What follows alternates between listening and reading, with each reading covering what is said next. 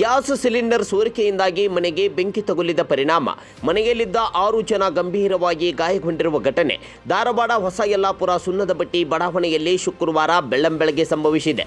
ಇಸ್ಮಾಯಿಲ್ ಹೊರಕೇರಿ ಎಂಬುವರಿಗೆ ಸೇರಿದ ಮನೆಯಲ್ಲಿ ಸಿಲಿಂಡರ್ ಸೋರಿಕೆಯಾಗಿ ಬೆಂಕಿ ತಗುಲಿದೆ. ಈ ಘಟನೆಯಲ್ಲಿ 6 ಜನ ಗಂಭೀರವಾಗಿ ಗಾಯಗೊಂಡಿದ್ದಾರೆ.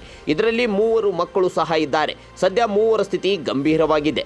ಸಿಲಿಂಡರ್ ಸೋರಿಕೆಯಾಗುತ್ತಿದ್ದ ವಿಷಯ ಗೊತ್ತಾಗದೆ ಬೆಳಗ್ಗೆ ಗ್ಯಾಸ್ ಹಚ್ಚಿದ ಪರಿಣಾಮ ಫ್ಲ್ಯಾಶ್ ಫೈರ್ ಆಗಿ ಬೆಂಕಿ ತಗುಲಿದೆ. ಇದರಿಂದ ಮಕ್ಕಳು ಸೇರಿದಂತೆ ಒಟ್ಟು 6 ಜನ ಗಾಯಗೊಂಡಿದ್ದಾರೆ. ಇನಾಯಾ, ಕೈಪ್, ಅಮೀನಾ, ಇಸ್ಮಾಯಿಲ್, ಜೆರೀನಾ ಹಾಗೂ ಮಹೀರಾನ ಎಂಬುವರು ಈ ಘಟನೆಯಲ್ಲಿ ಗಾಯಗೊಂಡಿದ್ದಾರೆ. ಇನ್ನು ಘಟನಾ ಸ್ಥಳಕ್ಕೆ ಅಗ್ನಿಶಾಮಕ ದಳದವರು ಭೇಟಿ ನೀಡಿ ಬೆಂಕಿ ನಂದಿಸುವ ಕೆಲಸ ಮಾಡಿದ್ದು ಗಾಯಾಳುಗಳನ್ನು ಧಾರವಾಡ ಜಿಲ್ಲಾ ಆಸ್ಪತ್ರೆಗೆ ದಾಖಲಿಸಿ ಚಿಕಿತ್ಸೆ ನೀಡಲಾಗುತ್ತಿದೆ.